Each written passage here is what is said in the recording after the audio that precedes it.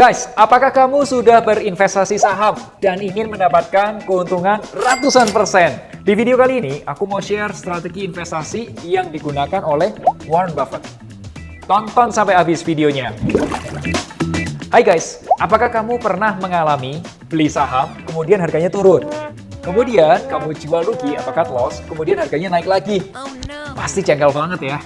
Aku juga pernah kok ngerasain seperti itu, jadi kita ya senasib sepenanggungan ya. Saking keselnya, gara-gara merasa dipermainkan harga saham atau Mr. Market, aku mulai cari ilmunya lagi. Belajar lebih dalam, akhirnya aku mengetahui ada perbedaan antara harga atau Mr. Market dengan value. Lalu, aku memutuskan untuk fokus mempelajari lebih dalam lagi tentang value investing. Strategi investasi yang digunakan oleh investor top seperti Benjamin Graham, Warren Buffett, dan juga Lo Keng Hong. Aku udah tahu lama mengenai value investing dari buku-buku seperti The Intelligent Investors, Warren Buffett Stock Portfolio, The Investment Checklist, Strategic Value Investing, dan masih banyak lainnya. Sayangnya, pada waktu itu aku nggak dapat teman diskusi. Jadi gini guys, paling enak kalau kita belajar itu ada teman diskusinya. Semacam kayak grup belajar gitu loh.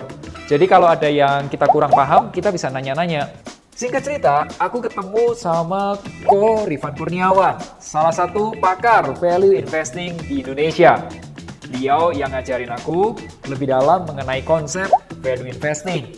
Dan Ko Rifan itu juga punya YouTube channel. Kamu bisa subscribe YouTube channel Ko Rifan buat belajar tentang value investing lebih dalam lagi. Pertama, aku akan bahas apa itu value investing. Konsepnya segampang kayak kita beli mobil kelas Innova, tapi harganya Avanza. Coba deh perhatiin gambar berikut ini. Ada dua sumbu, yaitu sumbu value dan juga ada sumbu waktu atau time.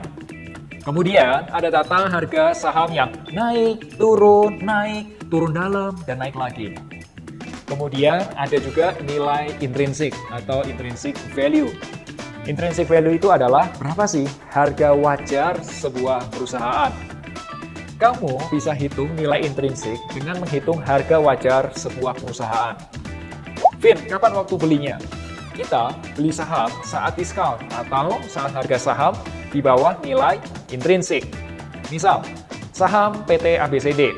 Setelah kita hitung pakai valuasi gitu, nilai intrinsiknya adalah Rp1.600 per lembar. Sekarang saham ABCD itu lagi dihargain di Rp870 per lembarnya. Artinya sekarang diskon kan? Ya sama seperti kalau kita lagi belanja online. Beli saat diskon. Kalau dalam bahasa keuangan, diskon itu disebut undervalue. Jualnya kapan, Vin? Nanti saat saham PT ABCD dihargain lebih tinggi atau sama dengan Rp1.600 per lembarnya.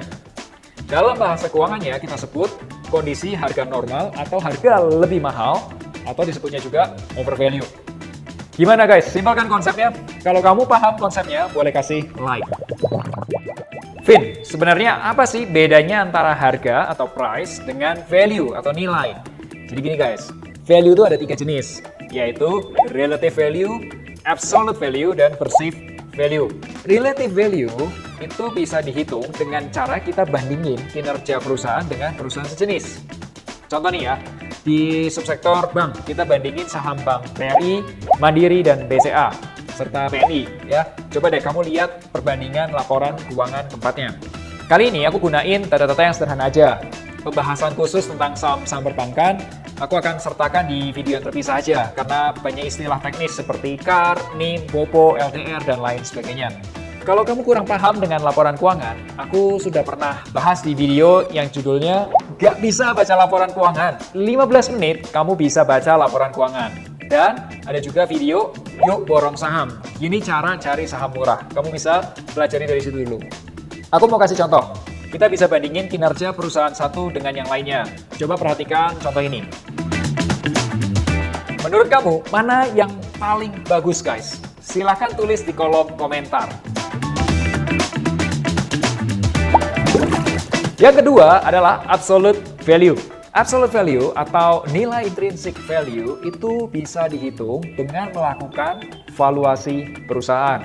Misal nih ya, kita melakukan valuasi bank yang paling simpel deh dengan menggunakan perbandingan price to book value atau PBV. Masih ingat gak tuh? Nih guys, Bank BRI, data-data tentang PBV.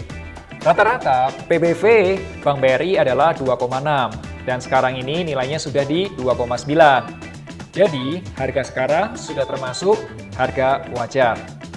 Yang kedua adalah Bank BCA. Rata-rata PBV-nya adalah di 4,14 dan sekarang ini nilai PBV-nya sudah di 4,7. Harga sekarang boleh dibilang sudah di atas harga rata-rata atau overvalue.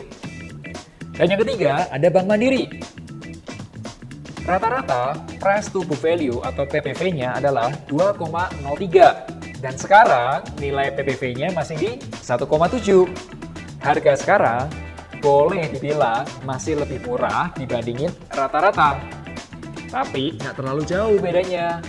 Jika PBV-nya 2, maka harga wajar Mandiri sekitar, kita hitung Rp7.932 per lembarnya. Terakhir, kita hitung Bank BNI. Rata-rata PBV itu 1,5 dan sekarang ini nilainya di 1,1. Harga sekarang boleh dibilang masih lebih murah dibandingin dengan rata-ratanya. Jika PBV 1,5, maka harga wajar Bank BNI sekitar, kita hitung dengan cara yang sama, hasilnya Rp8.880 per lembar. Teman-teman, mana yang diskonnya paling besar? Bank BRI, Mandiri, BCA, atau BNI? Silahkan tulis di kolom komentar. Oh ya guys, setiap bisnis itu punya cara untuk melakukan valuasinya masing-masing karena disesuaikan dengan bisnisnya. Semoga kita di Finansialku.com bisa cover satu persatu materi tentang valuasi harga saham. Terakhir adalah perceived value. Perceived value adalah nilai atau harga yang mau dibayar oleh orang lain. Kalau boleh dibilang adalah harga sekarang ini. Coba deh, ini aku screenshot harga keempat bank.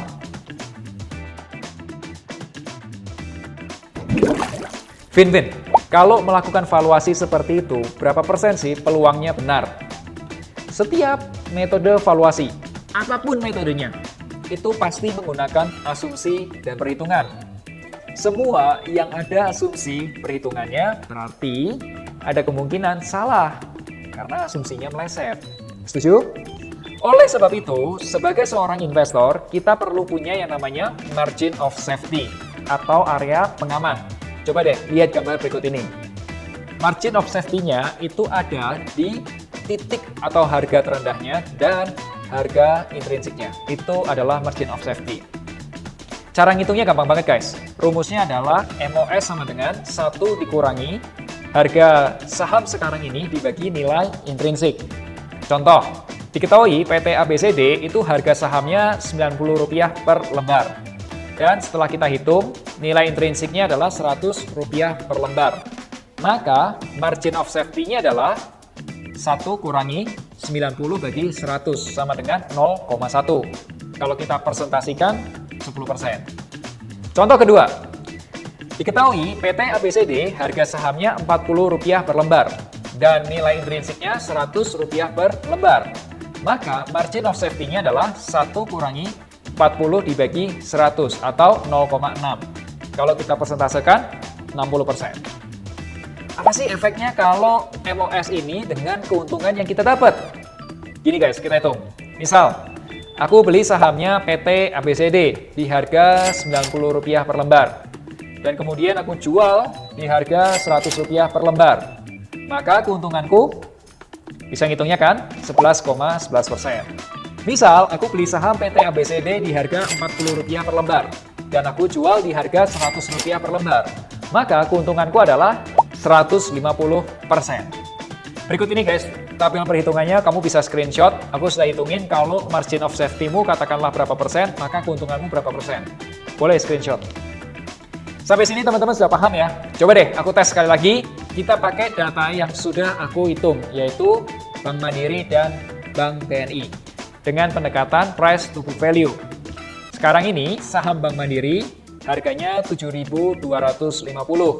Sedangkan dari perhitungan nilai intrinsik dengan menggunakan pendekatan price to book value adalah sekitar Rp7.932. Pertanyaannya, berapa MOS-nya dan berapa potensi keuntungannya?